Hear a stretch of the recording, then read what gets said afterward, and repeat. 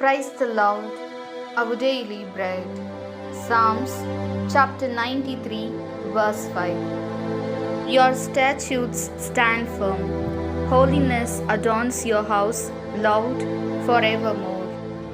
O Almighty God, thank you for giving this wonderful verse. May your presence showers on us. O Lord, all you ask of us is your commandments and revelation that we obey and live by them.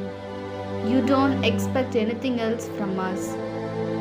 Those who act according to them will be pure, full of wisdom, and bear the fruits of the Spirit. Therefore, we who are engaged in worldly pursuits, bless us with wisdom we need to live according to your word.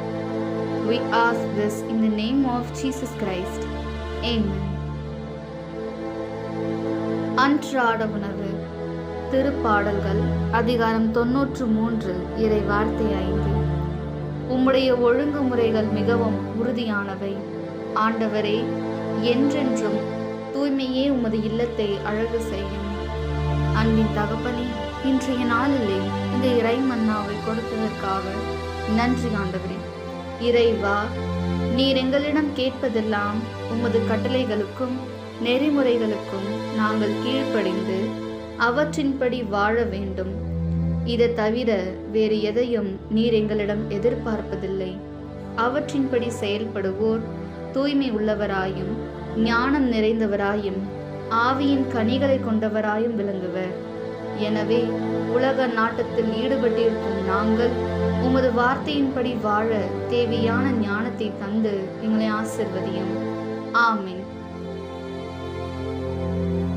അന്നുള്ള ഭോജനം. സങ്കീർത്തനങ്ങൾ 93 അധ്യായം 5 വാക്യം. അങ്ങയുടെ കൽപ്പന വിശ്വാസവും അലംഘനീയവുമാണ്. കർത്താവേ, പരിശുദ്ധി അങ്ങയുടെ ആലയത്തിനോ എന്നേക്കും യോജിച്ചതാണ്. ദൈവമേ, ഞങ്ങൾ അങ്ങയുടെ കൽപ്പന അനുസരിച്ച് ജീവിക്കണം എന്നു അങ്ങ് ആഗ്രഹിക്കുന്നുവല്ലോ. അങ്ങയുടെ ஞானமும் ആത്മാവെன்ற വരദാനങ്ങളും കൊണ്ട് നിറയ്ക്കണമേ.